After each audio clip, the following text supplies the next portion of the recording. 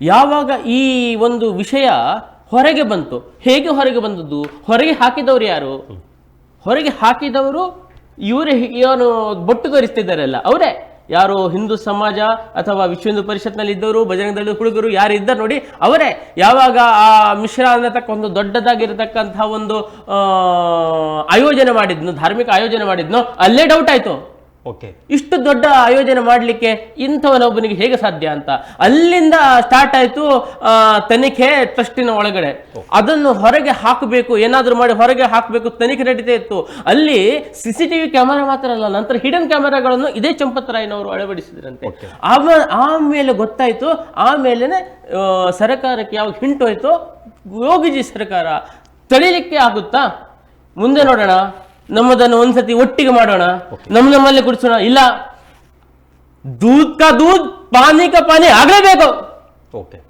ಮರ್ಯಾದೆ ಅದು ಇದೆಲ್ಲ. ಮತ್ತೆ ರಾಮನೊಟ್ಟಿಗೆ ಚೆಲ್ಲಾಟ ಆಡ್ಲಿಕ್ಕೆ ಬಂದರೆ, 500 ವರ್ಷಗಳ ಹೋರಾಟದ ವಿರುದ್ಧ ಯಾರಾದ್ರೂ ಬಂದರೆ, ಅವನು ಅಲಿ ಆಗ್ಲಿ ಅಥವಾ ಇಲ್ಲಿರ್ತಕ್ಕ ಭೀಮ ಆಗ್ಲಿ, ಯಾರು ಬೇಕಾದ್ರೆ ಆಗ್ಲಿ ರೀ, ವಿ ಡೋಂಟ್ ಕೇರ್. ಯಾವಾಗ ರಾಮನ ಈ ರೀತಿ ರಾಮ ರಾಜ್ಯ ಅಂತ ಹೇಳಿದ್ರೆ ಕಲ್ಪನೆ ನಮ್ಮಲ್ಲಿ ಹೇಗಿರುತ್ತೆ ಅಂತ ಹೇಳಿದ್ರೆ, ನಮ್ಮದು ಒಂದು ಕ್ಯಾಂಪ್ ಇದ್ದುವಾಗ ಒಂದು ದಿನ ರಾಮರಾಜ್ಯ ಅಂತ ಹೇಳಿ ಮಾಡ್ತೇವೆ. ಆ ರಾಮರಾಜ್ಯದಲ್ಲಿ ಒಂದು ನಿಮ್ಗೆ ಏನಾದ್ರೂ ಖರೀದಿ ಮಾಡಬೇಕು ಅಂತ ಹೇಳಿದ್ರೆ, ಅಲ್ಲಿ ಯಾವ CCTV ಕ್ಯಾಮರಾನು ಇರೋದಿಲ್ಲ, ಎಲ್ಲ ವಸ್ತುಗಳನ್ನು ಅದರ ದರಗಳನ್ನು ಹಾಕಿರ್ತೇವೆ. ಅವರೇ ಹಣವನ್ನು ಇಟ್ಟು ತಮ್ಮ ಚಿಲ್ಲರೆಯನ್ನು ಕಿಸೆಯಲ್ಲಿ ಹಾಕಿ ಹೋಗ್ಬೇಕು ಅಂತ ಅನೇಕ ಪ್ರಯೋಗಗಳನ್ನು ಮಾಡಿದಾಗ ಯಾವತ್ತು ಕೆಲವರು ಚಿಲ್ಲರೆಯನ್ನು ಇಟ್ಕೊಂಡಿಲ್ಲ, ಅಲ್ಲೇ ವಸ್ತುಗಳನ್ನು ಖರೀದಿ ಮಾಡಿದ್ದಾರೆ, ಅದಕ್ಕೆ ಹಣ. ಅಂಥ ರೀತಿಯಲ್ಲಿ ರಾಮರಾಜ್ಯ ಅಂದ್ರೆ ಅದು. ಅಂಥದ್ರಲ್ಲಿ ಈ ಕ್ರಿಮಿಗಳು ಈ ರಾಮನ ಮಂದಿರದಲ್ಲಿ ಈ ರೀತಿ ಕೆಲಸ ಮಾಡ್ತಾವ ಅಂತ ಹೇಳಿದ್ರೆ ಸಹಿಸಿಕೊಂಡು ಕುತ್ಕೊಳ್ಳಿ ಸಾಧ್ಯನಾ? ಅದನ್ನು ಬಿಜೆಪಿ, ಕಾಂಗ್ರೆಸ್ ಅಥವಾ ಬೇರೆ ಯಾವ್ದು ಪಕ್ಷ ಅಂತ ಹೇಳಿಕೊಂಡು ಕುತ್ಕೊಳ್ಳಿ ಸಾಧ್ಯನಾ? ಮಾಡೋದಿಲ್ಲ. ದೂದ್ ಕಾ ದೂದ್ ಹಾಗೆ ಆಗುತ್ತೆ, ಪಾನಿ ಕಾ ಪಾನಿ ಹಾಗೆ ಆಗುತ್ತೆ. ಅಂತವ್ರಿಗೆ ಶಿಕ್ಷೆ ಅಲ್ಲ, ಆ ಜನ್ಮ ಇನ್ನು ಯಾರು ಕೂಡ ಈ ರೀತಿಯಾಗಿ ನೋಡಿಕೊಳ್ಬಾರ್ದು. ರಾಮನು ಕೂಡ ಅಂಥ ಘೋರವಾದ ಶಿಕ್ಷೆಯನ್ನು ಕೊಟ್ಟಿರ್ಲಿಕ್ಕಿಲ್ಲ, ಅಂಥ ಶಿಕ್ಷೆಗೆ ಒಳಗೆ ಮಾಡಿಸ್ಬೇಕು ಅಂತ ಹೇಳಿ ಆಗ್ರಹ ಮಾಡ್ತೇನೆ. ಹಾಗೆ ಆಗುತ್ತೆ. ಅದು ಆಗುದಾದ್ರೆ ನಮ್ಮ ಸರ್ಕಾರದ ಅಡಿಯಲ್ಲಿ ಆಗುತ್ತೆ, ಖಂಡಿತ ಆಗುತ್ತೆ. ಅದಕ್ಕೋಸ್ಕರನೇ SIT ಅನ್ನು ಮಾಡಿದ್ರು. ಮೊಟ್ಟ ಮೊದಲಿಗೆ ಯಾವ SIT ವರದಿ ಅಷ್ಟು ಬೇಗದಲ್ಲಿ ಬಂತು, ಪ್ರೈಮ್ ಆಫೀಸ್ ನೋಡಿ ಅರೆಸ್ಟ್ ಆಯ್ತು, FR ಆಯ್ತು, ಎಲ್ಲವೂ ಮಾಡಿದ್ದು ಯಾರು ಅಂತ ಹೇಳಿದ್ರೆ, ಯಾರು ರಾಮ ಭಕ್ತರಿದ್ದಾರೋ, ಯಾರು ನಮ್ಮ ಸಂಘಟನೆ ಸಂಘ ಪರಿವಾರದಲ್ಲಿದ್ದಾರೋ ಅವರೇ ಮಾಡಿದ್ದು. ಆದ್ರೆ ಕಾಂಗ್ರೆಸ್ನವರಿಗೆ ಏನ್ ಮಾಡ್ಬೇಕು, ಅದನ್ನು ಬಿಜೆಪಿ ಮೇಲೆ ಹಾಕ್ಬೇಕು, ಅದ್ರ ಮುಖಾಂತರ ಮೋದಿ ಮೇಲೆ ಹಾಕ್ಬೇಕು. ಇದೆಲ್ಲ ಆಸೆಗಳು ಇರುತ್ತೆ, ಇರ್ಲಿ, ಅದನ್ನ ನರೇಟಿವ್ ಅನ್ನು ಅವರು ಸೃಷ್ಟಿ ಮಾಡಿದ್ರಿ. ಆದ್ರೆ ನಮ್ಗೆ ಆ ನರೇಟಿವ್ ಗಿಂತಲೂ ನಮ್ಗೆ ರಾಮ ಮುಖ್ಯ, ರಾಮರಾಜ್ಯ ಮುಖ್ಯ. ಆ ಒಂದು ಸ್ವಚ್ಛವಾಗಿರತಕ್ಕಂತ ನಾವೇನು ಕಲ್ಪನೆ ಕಂಡಿದ್ವೋ ಆ ರಾಷ್ಟ್ರ ಕಟ್ಟುವಂಥದ್ದು ಮುಖ್ಯ. ಹೀಗೆ ಇಂಥ ರೀತಿಯ ಘಟನೆಗಳು ಖಂಡಿತ ನಡೀತವೆ. ಒಂದು ರಾಮನ ಜೀವನದಲ್ಲಿ ನಡೀತು. ಕೃಷ್ಣನಿಗಂತೂ ಕಳ್ಳ ಅಂತ ಹೇಳಿದ್ರು, ಸಮಂತಕ ಮಣಿಯ ಕಳ್ಳ, ಅವನು ಹುಡುಕೊಂಡು ಬರ್ಬೇಕಾಯ್ತು, ಅಂಥದ್ದೆಲ್ಲ ನಡೀತು. ಆದ್ರೂ ಮತ್ತೆ ಭಗವಂತನೇ ಅಲ್ವಾ ಅವನು. ಅದೇ ರೀತಿ ಈ ಒಂದು ಅಗ್ನಿ ಪರೀಕ್ಷೆ ಬಂದಿದೆ, ಅದು ಮಾಡಿರುವಂತದ್ದು ಕ್ರಿಮಿಗಳೇ ಇರ್ಬೋದು. ಆ ಕ್ರಿಮಿಗಳು ಸುಟ್ಟು ಬೂದಿ ಆಗುವುದು ಖಂಡಿತ. ಮತ್ತೆ ಪುನಃ ಆ ರಾಮ ಮಂದಿರಕ್ಕೆ ಇನ್ನೊಂದಷ್ಟು ಬೆಳಕು ಬರುವಂಥದ್ದು ಖಂಡಿತ ಅಂತ ಹೇಳಲಿಕ್ಕೆ ಬಯಸ್ತೀನಿ. ಎಸ್, ಉದಯಚರ್ ಅವರೇ, ತಾವು ಅರುಣ್ ಶೆಟ್ ಅವರ ಮಾತನ್ನು ಕೇಳಿದರೆ ಅದಕ್ಕೊಂದು ತಾವು ಏನು ಪ್ರತಿಕ್ರಿಯೆ ಕೊಡ್ಬೋದು. ಅದರ ಜೊತೆಗೆ ನಾನೀಗ ಹೇಳೋದು, ಒಂದು ವೇಳೆ ನಮ್ಮ ಕಾಂಗ್ರೆಸ್ ಕೇಂದ್ರದಲ್ಲಿ ಅಧಿಕಾರದಲ್ಲಿ ಇದ್ದದ್ದೇ ಆಗಿದ್ದರೆ, ಇಷ್ಟು ದೊಡ್ಡ ಭವ್ಯ ರಾಮ ಮಂದಿರಕ್ಕೆ ಏನಾದರೂ ತಾವು ಈ ಒಂದು ಭಕ್ತರ ಏನು ಹಣ ಇದೆ ಅದಕ್ಕೊಂದು ಯಾವ ರೀತಿಯ ಒಂದು ಭದ್ರತೆ ಹೇಳುವುದಕ್ಕಿಂತಲೂ ಸೇಫ್ ಆಗಿಡೋದಕ್ಕೆ ಯಾವ ರೀತಿಯ ವ್ಯವಸ್ಥೆ ಮಾಡ್ತಾ ಇತ್ತು ಅಂತ. ಇದೀಗ ನೀವು ನಮ್ಮ ರಾಷ್ಟ್ರ ಜಾಗರಣದಲ್ಲಿ ಮತ್ತೊಂದು ಆರೋಪ ಬಂತು ಭಾರತೀಯ ಜನತಾ ಪಕ್ಷ ಮೇಲೆ. ಇದರಲ್ಲಿ ಒಂದು ಎಷ್ಟು ಹಣ BJPಯ ಚುನಾವಣೆಗೆ ಬಳಕೆ ಆಗಿದೆ ಅನ್ನತಕ್ಕಂಥ ಆರೋಪ, ಇದನ್ನು ತಾವು ಯಾವ ರೀತಿ ಸಮರ್ಥನೆ ಮಾಡಿಕೊಳ್ತೀರಿ ಸರ್? ನೋಡಿ, ಒಂದು ವಿಚಾರ ಹೇಳಿದ್ರು, ಕಾಂಗ್ರೆಸ್ನವರಿಗೆ ಅಪವಾದ ಮಾಡುವುದೇ ಕೆಲಸ ಅಂತ ಹೇಳಿ ಒಪ್ಕೊಳ್ತಾನೆ. ನಾನು ಒಪ್ಕೊಳ್ಳಲ್ಲ. ಆದರೆ ಕಾಂಗ್ರೆಸ್ನವರು ಈ ವಿಚಾರದಲ್ಲಿ ಅಪವಾದ ಮಾಡಿದಕ್ಕಿಂತ ಹೆಚ್ಚಾಗಿ ಇವರೊಟ್ಟಿಗೆ ಇದ್ದವರೇ ಅಪವಾದಗಳನ್ನು ಮಾಡ್ತಿದ್ದಾರೆ. ಕಾಂಗ್ರೆಸ್ನವರೊಂದು 10% ಮಾಡಿದ್ದಿರುವ 2,000 ಕೋಟಿ ವಿಚಾರವನ್ನು ಹೇಳಿದ್ರು. ಯಾಕೆ 2,000 ಕೋಟಿ ವಿಚಾರ ಬಂತು ಅಂತ ಹೇಳಿದ್ರೆ, 1990-92ರಲ್ಲಿ ಯಾವಾಗ ಈ ರಥಯಾತ್ರೆ ಹೊರಡಿತೋ ಆ ಸಂದರ್ಭದಲ್ಲಿಯೂ ಕೂಡ ಹೆಚ್ಚು ಕಡಿಮೆ 1,400 ಕೋಟಿಯಷ್ಟು ಕಲೆಕ್ಷನ್ ಆಗಿದೆ. ನಾವು ಹೇಳುವುದಲ್ಲ, ಇದು ವಿಶ್ವ ಹಿಂದೂ ಪರಿಷತ್ತಿನವರ ಆನ್ ರೆಕಾರ್ಡ್ ಒಂದು ಇದ್ದಂತಹ ಒಂದು ವಿಚಾರಗಳನ್ನು ನಾವು ಹೇಳುವಂಥದ್ದು. ಸೊ ಇದರಲ್ಲಿ ವಿಷಯ ಎಂತ ಆಗ್ತದೆ ಅಂತ ಹೇಳಿದ್ರೆ, ಬಹುಶಃ ಆವಾಗ ಇಷ್ಟು ನೋಡಿದ್ರೆ ಇವಾಗ ಸ್ವಲ್ಪ ಸ್ವಲ್ಪ ಆಗಿ ಒಂದೊಂದೇ ಆಗಿ ಹೊರಗಡೆ ಒಂದೊಂದೇ ಬರ್ತಿದೆ ವಿಚಾರಗಳು. ಫಸ್ಟಿಗೆ 7 ಕೋಟಿ ಅಂತಾಯ್ತು, 10 ಕೋಟಿ ಅಂತಾಯ್ತು, ಮತ್ತೆ ಕೆಲವು ಏನ್ ಹೇಳ್ತಾರೆ, ಈಗ ಯಾರು ಸಿಕ್ಕಿ ಬಿದ್ದಿದ್ದಾರೆ ನೋಡಿ, ಅವರೆಲ್ಲ ಇವರು ಹೇಳಿದಾಗೆ ಸಣ್ಣ ಪುಟ್ಟ ಕ್ರಿಮಿಗಳೇ. ದೊಡ್ಡ ದೊಡ್ಡ ತಿಮಿಂಗಿಲಗಳು ಯಾರಿದ್ದಾರೆ ನೋಡಿ, ಅದು ಈಗಲೂ ಆರಾಮ್ಸೆ ತಿರುಗಾಡ್ತಾ ಇದ್ದಾರೆ. ಯಾರೋ ಒಬ್ಬ ಒಂದು ಏನ್ ಹೇಳ್ತಾರೆ, ಒಬ್ಬನಿಗೆ ಒಂದು 10-12 ಸಾವಿರ ಸ್ಯಾಲ್ರಿ ಇರುವವ ಮರುದಿವಸ ಫಾರ್ಚುನರ್ ಗಾಡಿಯಲ್ಲಿ ಬರ್ತಿದ್ದಾನೆ ಅಂತ ಹೇಳಿದ್ರೆ, ಅವಾಗ ಒಮ್ಮೆ ನಾವು ಚೆಕ್ ಮಾಡಬೇಕಾ ಬೇಡವಾ ಇವನ ಕತೆ ಅಂತ ಹೇಳಿ. ಈಗ ವಿಷಯ ಅಂತ ನಡೆದಿದೆ ಅಂತ ಇದು ನಾವು ಹೇಳುವಂತ. ಈಗ SIT ತನಿಖೆ ಕೊಟ್ಟಿದ್ದಾರಲ್ಲ, SIT ಇದು ಹೇಳ್ತೀನಿ ಸರ್, SIT ಇದು ಹೇಳ್ತೀನಿ ಸರ್. ನೋಡಿ, ಇದು ನಾವು ಹೇಳುವಂತದಲ್ಲ, ಇದು ನಮ್ಮ ಸ್ಟೇಟ್ಮೆಂಟ್ ಅಲ್ಲ. ಇದು ಇವರ ಸಂಘದ ಒಳಗೆ, ಸಂಘ ಪರಿವಾರದ ಒಳಗೆ ಇದ್ದಂತಹ ಸಂಘ ಸಂಸ್ಥೆಗಳಿಂದ ಬರುವಂತಹ ಕೆಲವೊಂದೊಂದು ಸುದ್ದಿಗಳು. ನೋಡಿ, ನಂಬರ್ 1 ತನಿಖೆ SITಗೆ ಕೊಟ್ಟಿದ್ದಾರೆ. ನೀವು ಸೋಷಿಯಲ್ ಮೀಡಿಯಾದಲ್ಲಿ ಇದೆ, ಇದೆಲ್ಲ ನೋಡಬಹುದು, ನ್ಯೂಸ್ಗಳಲ್ಲಿ ಕೂಡ. ಈ ತನಿಖೆ ಯಾಕೆ ನಡೀತಿದೆ ಅಂತ ಹೇಳಿದ್ರೆ ಅಂತೆ, ನಮಗೆ ಬರುವ ದುಡ್ಡು ಏನು ರಾಮನ ಹುಂಡಿಯಿಂದ ನಮ್ಮ ಏನು ರಾಜಕೀಯಕ್ಕೆ ನಾವು ಏನು ಯೂಸ್ ಮಾಡ್ಬೋದಾ, RSSಗೆ ಏನು ಯೂಸ್ ಮಾಡ್ಬೋದಾ, BJPಗೆ ಏನು ಯೂಸ್ ಮಾಡ್ಬೋದಾ, ಅವರ ನೆಕ್ಸ್ಟ್ ಇಲೆಕ್ಷನ್ಗೆ ಏನು ಯೂಸ್ ಮಾಡ್ಬೋದಾ, ಆ ದುಡ್ಡಿನಿಂದ ಈ ಕಳ್ಳನ್ ಮಕ್ಕಳು ಇವರು ಹೆಂಗೆ ದುಡ್ಡು ಹೊರಗೆ ಹಾಕಿದ್ರು. ಸೊ ಇದನ್ನು ತನಿಖೆ ಮಾಡ್ಲಿಕ್ಕೆ ಇರುವಂತದ್ದೇ ವಿನಃ ರಾಮನ ಮೇಲೆ ಇದ್ದಂತ ಪ್ರೀತಿಯಿಂದ ಮಾಡಿದ್ದು ಅಲ್ಲ ಅಂತ ಹೇಳುವಂತದ್ದು ಅವರ ಪಾಳಯದಿಂದ ಬರುವಂತಹ ವಿಚಾರ. ನಮಗೆ ಒಂದು ಅಂದಾಜು ಇರ್ತದೆ, ದಿವಸಕ್ಕೆ ಇಷ್ಟು ಲಕ್ಷ ದುಡ್ಡು ಬರ್ತದೆ, ಇಷ್ಟು ಲಕ್ಷ ದುಡ್ಡು ನಾವು ಅಲ್ಲಿಂದ ತೆಗಿತೇವೆ, ಯೂಸ್ ಮಾಡ್ತೇವೆ, ಎಲ್ಲೋ ಒಂದು ಕಡೆ ಮಿಸ್ ಹೊಡಿತಿದೆ, ಯಾರು ಈ ಕಳ್ಳನ್ ಮಕ್ಕಳು ಅಂತ ಹೇಳಿ ನೋಡುವಾಗ ಇಲ್ಲಿ ಸಣ್ಣ ಪುಟ್ಟ ಕೆಳಗೆ ಅವರನ್ನು ಹಿಡಿದ್ರು. ಈಗ ದೊಡ್ಡ ದೊಡ್ಡ ಅಮೌಂಟ್ ಏನು ಹೋಗಿದೆ ನೋಡಿ, ಚಿನ್ನ ಕಳವಾಗಿದೆ, ಈಗ ಬಂದ ಸುದ್ದಿ ಏನೋ ಪಾದುಕೆ ಕಳವಾಗಿದೆ ಅಂತ ಹೇಳುವಂತ, ಪಾದುಕೆ ಕಾಣ್ತಾ ಇಲ್ಲ ಅಂತ ಹೇಳುವಂತ ಕೂಡ ವಿಚಾರ ಕೂಡ ಬೆಳಕಿಗೆ ಬಂದಿದೆ. ಸೊ ಅದು ಒಂದು ವಿಚಾರ. ಎರಡನೇದು ವಿಚಾರ ಏನಂತ ಹೇಳಿದ್ರೆ, ಇದು ರಾಜಕೀಯ ಪಡಸಾಲೆಯಲ್ಲಿ ನಡೆಯುವ UPಯಲ್ಲಿ ನಡೆಯುವಂತಹ ಒಂದು ವಿಚಾರ, ಅಂದ್ರೆ ಅಲ್ಲಿ ಒಂದು ರೊಟೇಷನ್ ಅಲ್ಲಿ ಇರುವಂತಹ ಒಂದು ವಿಚಾರ ಏನಂತ ಹೇಳಿದ್ರೆ, ನೆಕ್ಸ್ಟ್ ಗೆ ಇವಾಗ ಮೋದಿಯ ನಂತರ ಸಕ್ಸಸರ್ ಯಾರು, ಅಲ್ಲಿ ಕಾಂಪಿಟೇಷನ್ ಅಲ್ಲಿ ಇಬ್ಬರಿದ್ದಾರೆ, ಅಮಿತ್ ಶಾ ಮತ್ತೆ ಯೋಗಿಜಿ ಅವರು.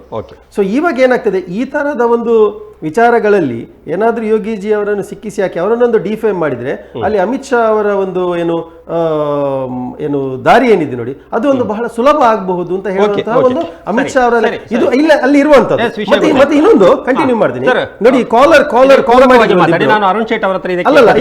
ಇನ್ನೊಂದು ಜಸ್ಟ್ ಮುಗಿಸ್ಬಿಡ್ತೇನೆ ನೋಡಿ. ಇನ್ನೊಂದು ಏನಂತ ಹೇಳಿದ್ರೆ, ಈಗ ಎಲ್ರಿಗೂ ಬೇಸರ ಇದೆ, ಅಲ್ಲಿ ಏನ್ ನಡೆದಿದೆ ನೋಡಿ, ಅದ್ರದ್ದು ಎಲ್ರಿಗೂ ಬೇಸರ ಇದೆ. ಆದ್ರೆ ಬಿಜೆಪಿ ಅವರಿಗೆ ಇದರಲ್ಲಿ ಒಂದು ಬೇಸರ ಎಂತ ಅಂತ ಹೇಳಿದ್ರೆ, ಅಲ್ಲಿ ಬಿಜೆಪಿ ಸರ್ಕಾರ ಇದ್ದು ನಾವು ಕೆಟ್ಟಿದ್ದು ಮಾರ್ರೆ ಅಂತ. ಒಂದು ವೇಳೆ ಕಾಂಗ್ರೆಸ್ ಸರ್ಕಾರ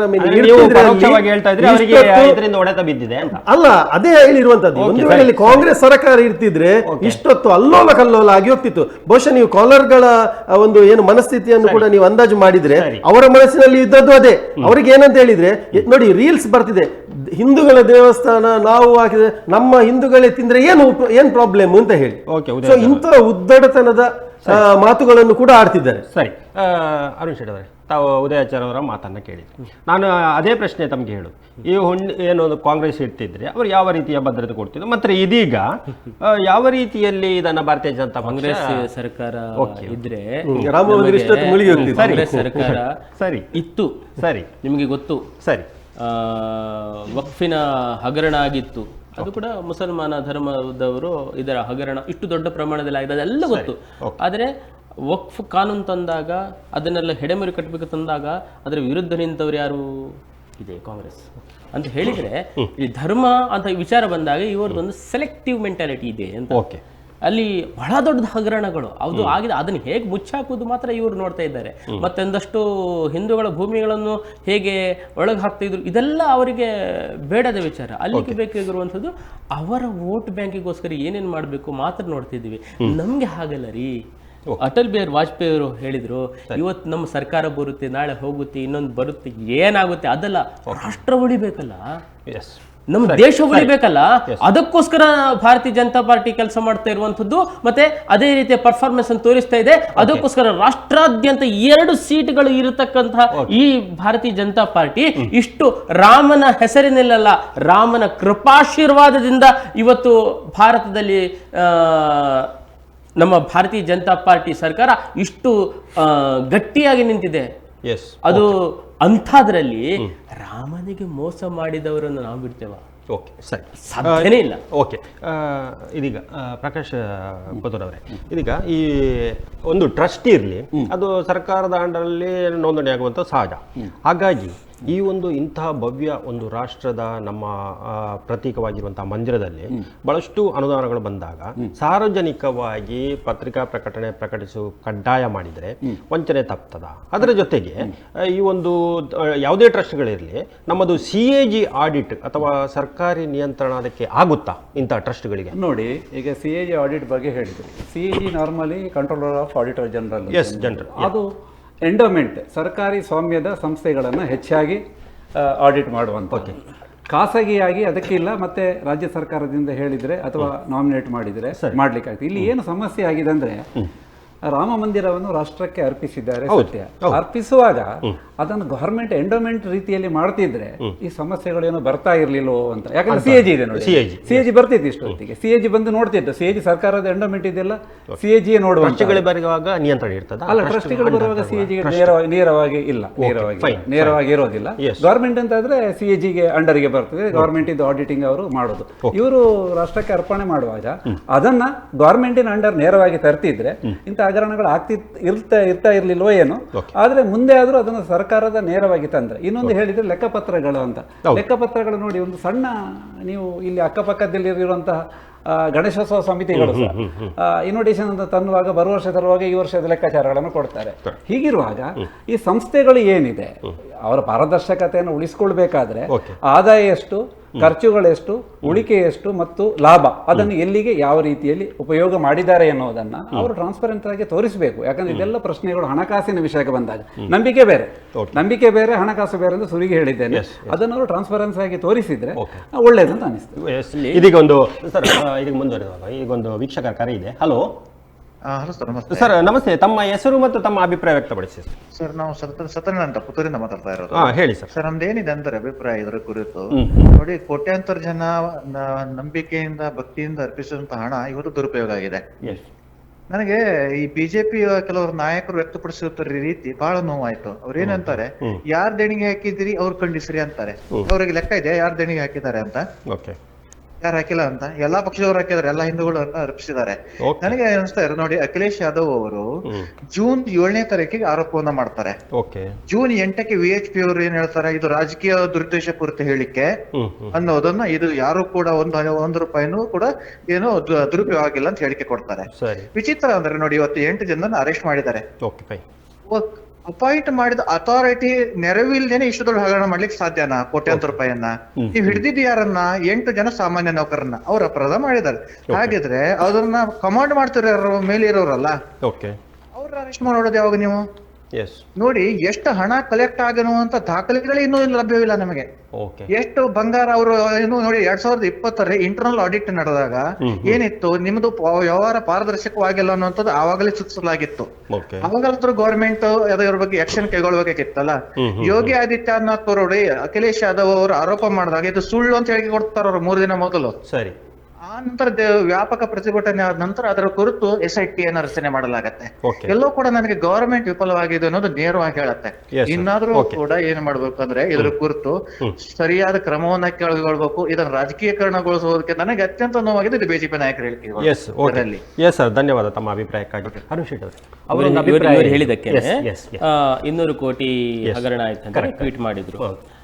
ಅದು ಯಾಕೆ ಅಂತ ಹೇಳಿದರೆ, ಮೊದಲಿಗೆ ಇಂಟರ್ನಲ್ ಆಡಿಟ್ ನಡೀತಾ ಇರಬೇಕಾದ್ರೆ ಅವರಿಗೊಂದು ಸುದ್ದಿ ಸಿಕ್ಕಿತು. ಇವಾಗ ಲಾಸ್ಟ್ ಟೈಮು ಕರ ಸೇವಕರ ಮೇಲೆ ಗಡ ಗಡ ಗಡ ಗುಂಡು ಹಾರಿಸಿದ ಪಾರ್ಟಿ ಇವರ ಅಪ್ಪನೇ, ಅಖಿಲೇಶ್ ಯಾದವ್ ಅವರ ಅಪ್ಪನೇ ಗುಂಡು ಹಾರಿಸಲಿಕ್ಕೆ ಅನುಮತಿ ಕೊಟ್ಟದ್ದು. ಎಷ್ಟೋ ಜನರ ಪ್ರಾಣ ತೆಗೆದವರು. ಅವನ ಮಗ ಬಂದು ಟ್ವೀಟ್ ಮಾಡ್ತಾನೆ, ಇವತ್ತು 200 ಕೋಟಿ ಬಂದಿದೆ ಅಂತ ಹೇಳಿ, ಹಗರಣ ಆಗಿದೆ ಅಂತ. ಯಾಕಂದ್ರೆ ಅದೊಂದು ಪಾಪಪ್ ಮಾಡಬೇಕಲ್ಲ, ಮಾಡಿ, ಏನು ಅಡ್ಡಿ ಇಲ್ಲ. 1 ರೂಪಾಯಿ ಇದ್ರೂ ಕೂಡ ಅದಕ್ಕೆ ನಾವು ಅಷ್ಟೇ ಪ್ರಮಾಣವಾಗಿರತಕ್ಕಂಥ ನಾವು ಇದನ್ನು ಮಾಡ್ತೀವಿ. ಯಾಕೆಂದ್ರೆ ಅದು ಕೇವಲ ಹಣ ಅಲ್ಲ, ತನು ಮನ ಧನ ಕೊಟ್ಟಿರೋರು. ಕೆಲವರು ಧನ ಇದ್ರು ಧನ ಕೊಡ್ತಾರೆ, ತನುವಿನಿಂದ ಸೇವೆ ಮಾಡ್ತಾರೆ. ಕೆಲವರು ಅಲ್ಲಿ ಹೋಗದಿದ್ರು ಇಲ್ಲಿಂದಲೇ ರಾಮ ಅಂತ ಹೇಳಿ ನಮಸ್ಕಾರ ಮಾಡ್ತಾರೆ. ಇಂಥ ಒಂದು ಕ್ಷೇತ್ರ ಅದು. ಸುಮ್ಮನೆ ಬಂದಿರೋದಂತಲ್ಲ, ಬೆವರು ಹರಿಸಿ ಕಟ್ಟಿದಲ್ಲ, ರಕ್ತ ಹರಿಸಿ ಕಟ್ಟಿದ ಮಂದಿರ ಅದು. ಇಲ್ಲಿ ದೇಶ, ಇಲ್ಲಿರ್ತಕ್ಕಂಥ ಸರ್ಕಾರಗಳು ರಕ್ತವನ್ನು ಕೇಳಿದಾವೆ. ಆ ನಮ್ಮ ಬಿಜೆಪಿ ಸರ್ಕಾರ ಇಲ್ಲದ ಪ್ರದೇಶದಲ್ಲಿ ಇರತಕ್ಕಂತಹ ಅಥವಾ ಅಂದಿನ ಕಾಂಗ್ರೆಸ್ ಸರ್ಕಾರದ ರಕ್ತವನ್ನು ಕೇಳಿದಾವೆ ಇಲ್ಲಿ ಕರಸೇವಕರಿಂದ. ಆ ರಕ್ತದಿಂದ ಕಟ್ಟಿರತಕ್ಕಂತಹ ಆಗಿರತಕ್ಕಂತಹ ಆ ಬಲಿದಾನದ ಅದರ ಹಿಂದೆ ಇದೆ. ಅಂಥದ್ರಲ್ಲಿ ಈ ವಿಶ್ವ ಮತ್ತೆ ಇನ್ನೊಂದು ಇದನ್ನಲ್ಲಿ ಯಾಕೆ ಒಂದು ಕಾನ್ಫರೆನ್ಸ್ ಮಾಡ್ತಾ ಇದ್ದಾರೆ ಅಂದ್ರೆ ಅಲ್ಲಿ ಚಿನ್ನ ಹೋಯ್ತಂತೆ, ಅಲ್ಲಿ ಇಟ್ಟಿಗೆ ಹೋಯ್ತಂತೆ. ಇದು ಯಾಕೆ ಪಾಪ ಮಾಡ್ತಾ ಇದ್ದಾರೆ ಅಂದ್ರೆ ಒಂದ್ಸತಿ ಪ್ರಕ್ಷುಬ್ಧ ಆಗಿಬಿಡ್ಲಿ, ಇದು ಬಹಳ ಒಳ್ಳೆ ಅವಕಾಶ, ಯೋಗಿ ಇವರನ್ನು ಹಿಡಿಲಿಕ್ಕೆ ಒಳ್ಳೆ ಅವಕಾಶ ಅಂತ ಹೇಳಿ ನಾವು ಕೂಡ ಇಂಟರ್ನಲ್ ಆಗಿ ಎಲ್ಲ ಸುದ್ದಿ ಎಲ್ಲವನ್ನು ಕೇಳಿಕೊಂಡೆ ಹೇಳುವಂತ ವಾಕ್ಯ ಏನು ಅಂತ ಹೇಳಿದ್ರೆ ಅಲ್ಲಿ ಹುಂಡಿ ಹಣದ ವಿಷಯದಲ್ಲಿ ಮಾತ್ರ ಆಗಿರುವಂತದ್ದು. ಯಾರು ಕೂಡ ನೀವು ಅಂದುಕೊಳ್ಳಬೇಕಾಗಿಲ್ಲ, ಅಲ್ಲಿಯ ಚಿನ್ನ ಬೆಳ್ಳಿ ಎಲ್ಲದಕ್ಕೂ ಇನ್ನು ಆಡಿಟೆಡ್ ಆಗಿ ಪರ್ಫೆಕ್ಟ್ ಆಗಿ ಮೇಂಟೈನ್ ಆಗಿದೆ. ಅದನ್ನು SIT ತನಿಖೆ ಹಾಕ್ತಾ ಇದೆಯಲ್ಲ, ಆಗ್ಲಿ ದೂದ್ ಕಾ ದೂದ್, ದೂದ್ ಪಾನಿ ಕಾ ಪಾನಿ, ಅದು ಎಷ್ಟು ದೊಡ್ಡವನಾಗ್ಲಿ, ಇವ್ರು ಹೇಳಿದ ತಿಮಿಂಗಿಲ ಬೇಕಾದಾಗಲಿ, ಡೈನೋಸಾರಸ್ ಬೇಕಾದಾಗಲಿ, ಯಾವನ್ನು ಬೇಕಾದಾಗಲಿ, ವಿ ಡೋಂಟ್ ಕೇರ್. ಅದಕ್ಕೆ ಬೇಕಾದ ಪರಿಣಾಮ ಖಂಡಿತ ಸಿಗುತ್ತೆ. ಓಕೆ.